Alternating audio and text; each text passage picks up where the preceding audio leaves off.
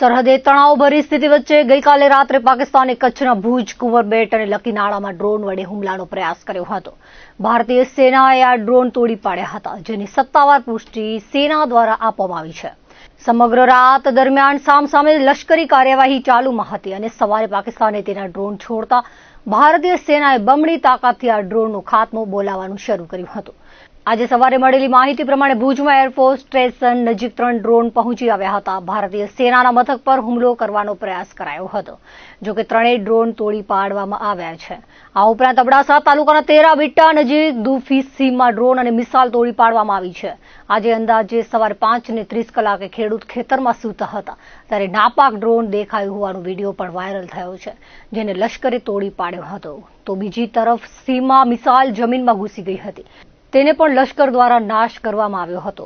દરમિયાન આદિપુરમાં તોલાણી કોલેજની પાછળ ડ્રોન પડ્યું હતું, જેને પગલે એટલા વિસ્તારમાં આગ લાગી હતી. લોકો સ્થળ પર દોડી ગયા અને ફોટા વિડીયો વાયરલ થયા બાદ પોલીસે આ જગ્યા કોર્ડન કરી લીધી છે.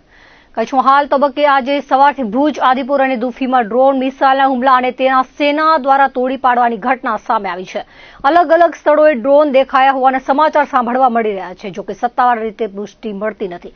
આજે સવારે ભારતીય સેના દ્વારા પ્રેસ કોન્ફરન્સ યોજીને માહિતી આપવામાં આવી હતી, જેમાં કર્નલ સોફિયાએ જણાવ્યું હતું કે ભુજ સહિતના એરબેઝ પર હુમલો કરવાનો પ્રયાસ કરાયો હતો, જોકે સેનાએ ડ્રોન તોડી પાડ્યા છે.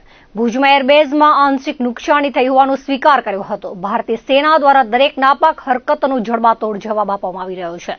કર્નલ સોફિયા કુરેશીએ કહ્યું હતું કે પાકિસ્તાન સતત ભારત પર મિસાઇલોથી હુમલો કરી રહ્યું છે. તેણે હાઈ સ્પીડ મિસાઇલો છોડીને ઉધમપુર, પઠાણકોટ, આદમપુર અને ભુજ એરબેઝ પર હુમલો કર્યો, જેને નિષ્ફળ બનાવ્યો હતો.